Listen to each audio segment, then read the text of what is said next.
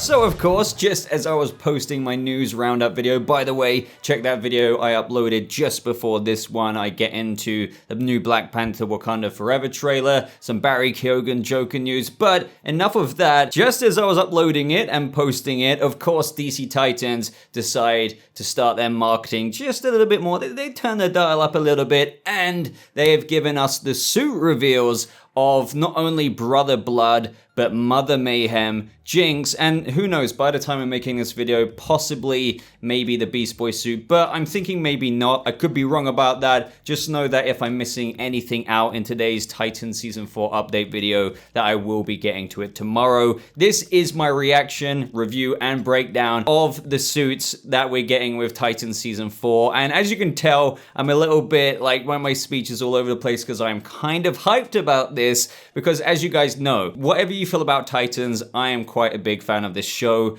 and LJ Supersuits always make stunning suits. You may be familiar with their work on The Boys and various other projects. I've only, believe it or not, had a brief glimpse of these because I was just rushing to get my previous video out. So what you're seeing right now from me is more or less my actual reaction to these, because I haven't had a chance to gloss over every single thing. And I'm wondering who to start with first. Do we save possibly my most anticipated or best for last, and that is Brother Blood? And now we're going to start with him first. So as you know, we've been covering Brother Blood on the channel for quite a while in these Titan Season 4 update videos, and he is the main villain of Season 4, and so is the Church of Blood in general, which is good because we've also got Mother Mayhem to cover in this video. The DC Titans Twitter page posted, "He will rise, enjoy a first look at Brother Blood in Season 4 based on the new Teen Titans comics." Now, I've got a lot of the images downloaded here, and they get into tons of detail. And honestly, what I'm seeing right now is, wow, I'm really impressed with this. I know it may sound biased, but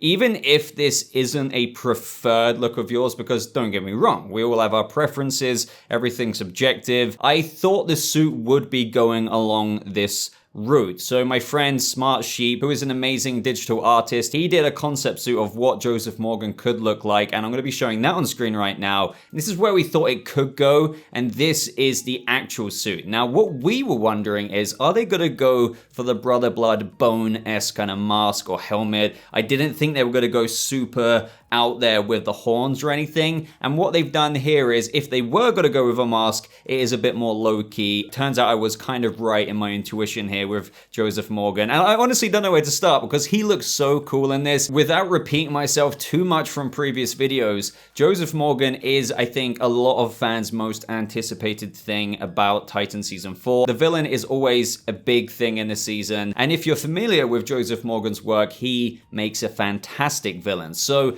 to make a fantastic villain for a guy who can play a fantastic villain, you need a fantastic suit. And what I like about this is that they have taken somewhat of a combination from multiple various inspirations of Brother Blood out there, because they did say on Twitter that it's based on the new Teen Titans look. But one of the images I've got here from LJ Supersuits, if I scroll over to it, because we've got so many details to go over with the amount of detail they put into their suits, such as these runic symbols that mean various different things, and there is an originals little tribute there in one of these hidden messages in the suit, which I can't wait to get to. So what you're seeing on screen right now is a bunch of Brother Bloods that LJ's DC research for Brother Blood is made up of. And here we have quite a few images from the new Teen Titans comics, but also other areas of Brother Blood. And some of these images we've seen in previous videos of mine whenever I've referred to Brother Blood and shown video or image on screen. So it makes sense that they would get like a little collage together and think, okay, how are we gonna do this? Now, as I've said before many times, and you may get sick of me saying this, but it is such a rule of thumb I go with, and that is, with adaptations, they don't copy and paste. What you need to do is innovate, but don't deviate. You know, deviate would be just the equivalent of turning Batman's suit completely yellow and pink, and you'd be like, okay, that is deviating. It's not so innovative. So what have they done here? I would say this is most certainly innovative, regardless of if you love it or if you would have perhaps preferred it to go down one of these other research image looks that they've got up on there. I feel like they've done a good job at going through all of them and making a very modernized, creepy suit, because what you have to remember about the Church of Blood is that they are a very, very creepy cult. Don't forget that the Titan Season 4 synopsis, or at least what we have to work with right now that they teased with regards to New York Comic Con, says, in the upcoming 4th season, having saved Gotham, the Titans hit the road to head back to San Francisco, but after a stop in Metropolis, they find themselves in the crosshairs of a supernatural cult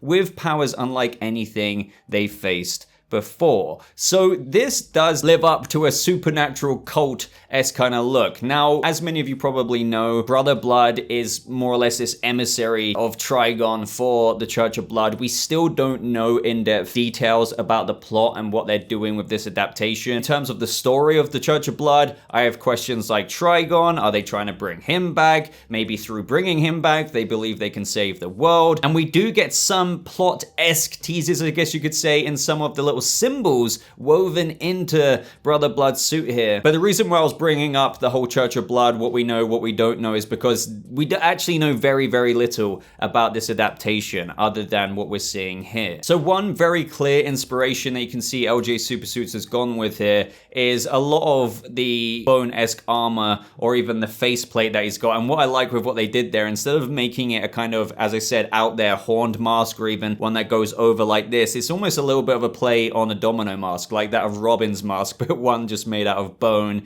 You also see these kind of snake-esque heads, one kind of snake, if you will, eating its own tail. Now that could be a little bit of an homage or tribute to the fact that Brother Blood's mask in various iterations is actually kind of one big massive serpent's head. In these images that you're seeing on screen, we get such good 3D renders of the models, all of the detail that's gone into these various kind of creepy cult-esque ancient patterns, because that's another thing. Brother Bloods, usually they take over from their father through killing their father, and that's how they ascend, and usually it goes back generations. But again, with this one, does Sebastian Sanger, the character that Joseph Morgan is playing, have to do that? Because from what I'm gathering or what I vibe is that he's actually not really in the know if there is any heritage to his name. Perhaps their spin in this innovation / adaptation of the Church of Blood is that he gets taken in or kind of persuaded and seduced maybe by Mother Mayhem, of whom we're about to get into her look in a minute, played by Franka Potente. He has a dream, as Joseph Morgan has teased many times before, of changing the world. He's kind of, at a dead-end job, dreaming one day of changing the world, and, the only assumption I've made thus far is that the Church of Blood offers him a path to changing the world. I don't know how. There is a lot of these words out there, like he will rise, he will ascend, and things like that, so it is,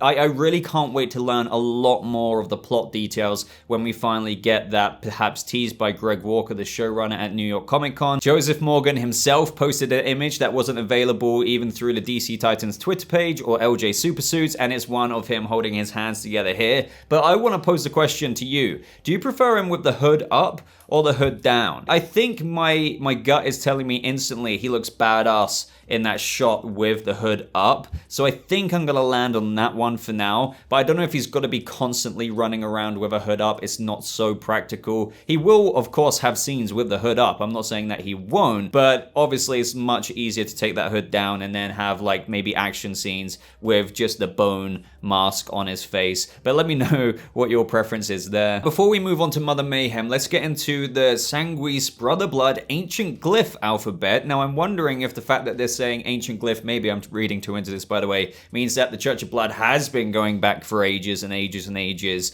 so there could be something to what I was saying earlier, but I really don't know. But here, what I love about this is that they've created their own alphabet here. The shapes of these glyphs are based on converging blood vessels found in the human body. The fluid line weight references some ancient writing systems such as Arabic and Sanskrit. So that's insane, and those are the very glyphs, if you will, that we see in the armor. And right here, I honestly thought, by the way, when I first scanned over these, that I would have to decode it, and I was like, oh man, this might take me a minute to okay, so A, that looks like that one, but luckily they provided a full photo which gives us some insight into the creepiness of the supernatural cult that is the Church of Blood. So if I zoom into this a little bit on my screen, it says Gorget here, the Church of Blood will prosper. We shed our lives, we shed our flesh. I was the forsaken one, I am forsaken no more. It carries on to say that the blood is the life, times 2, it says it twice. Convert now and be spared. The world will be ours. And now on his straps it says,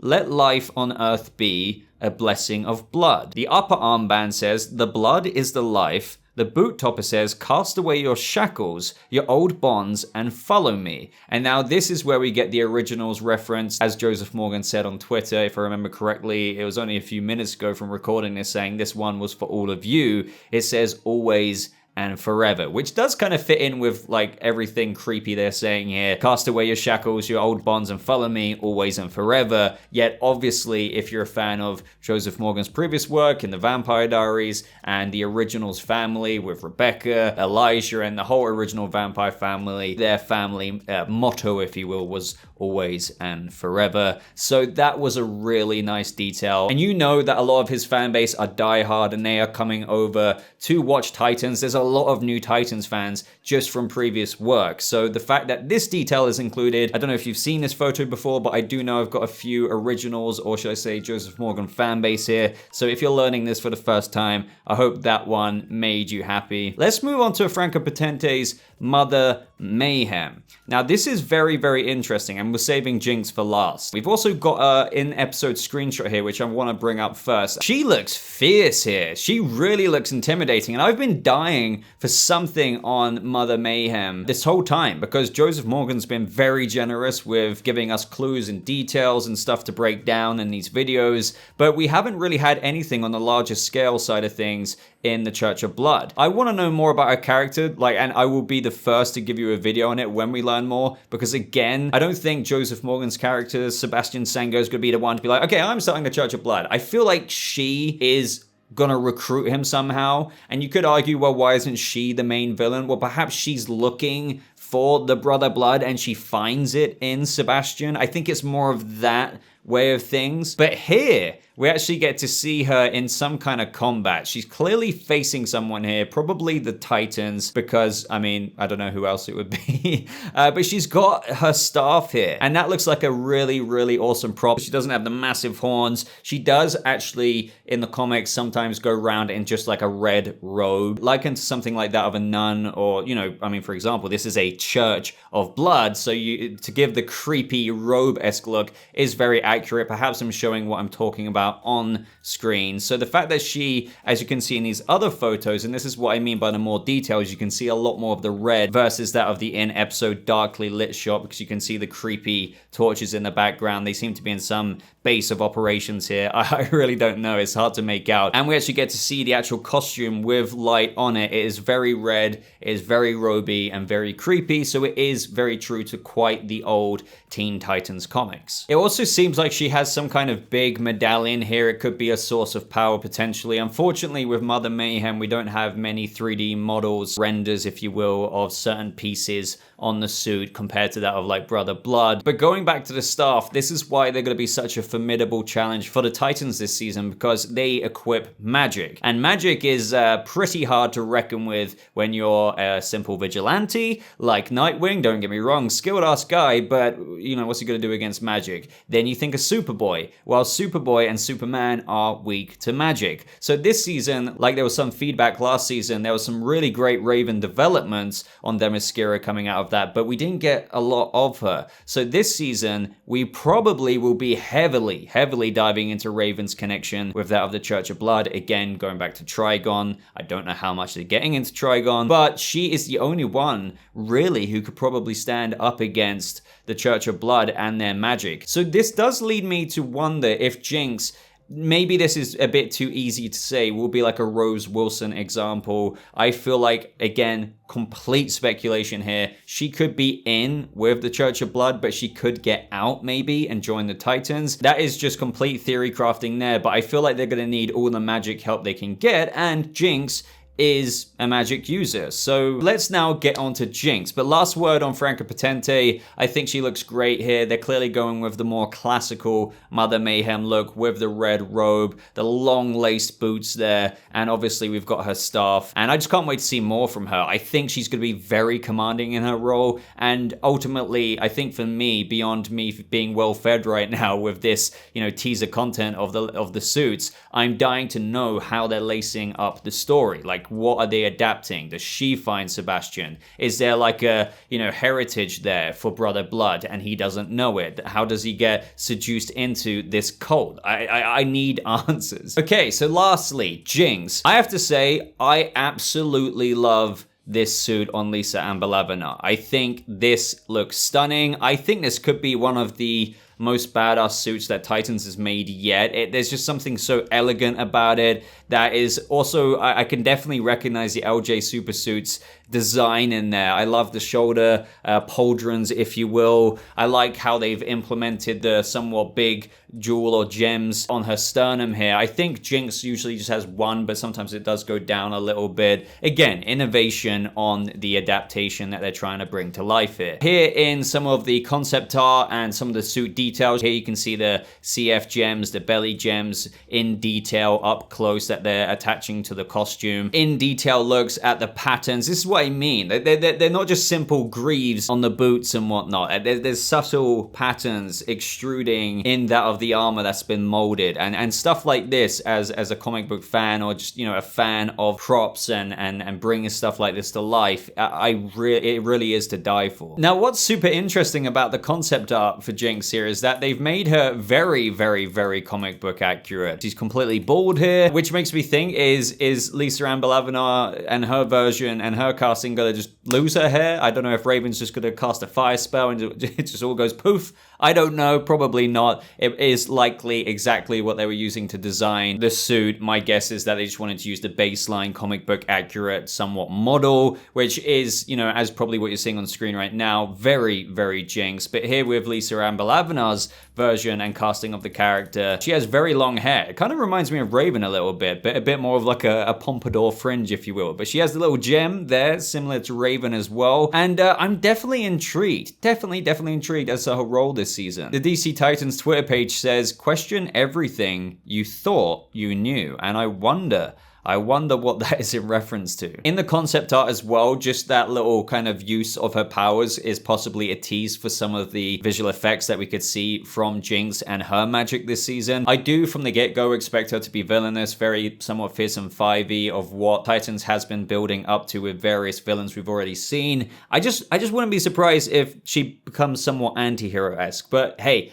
I could be completely wrong there. And again, she is typically the leader of the Fearsome Five, so it's going to be interesting to see what they have in store with her character this season. So I think after a lot of rambling here and a lot of fanboying out and admiring LJ Supersuits, like amazing job on, once again, creating some badass suits for Titans. I would just love to know your thoughts on this down in the comments below. Don't get me wrong, I'm going to be posting any update or extra update that we get because Titans Season 4 is releasing on HBO Max in November. We are now in October, and every single day or week even that we're getting closer, especially with New York Comic Con just around the corner, we're going to be getting trailers, a lot more in-depth talk with Greg Walker, the showrunner, and possibly actors revealing certain tidbits of information. So make sure you are subscribed here to never miss out on a single update. But I'm going to shut up now, get to editing this video so I can post it to you probably late at night. I don't know. Like the video if you did enjoy it. I'd really appreciate that. And hey, we are in the home run now leading up to Titans. So hope you enjoyed this video, guys. Dying to read your thoughts. I read every single comment. So really let me know what your favorite suit is and why.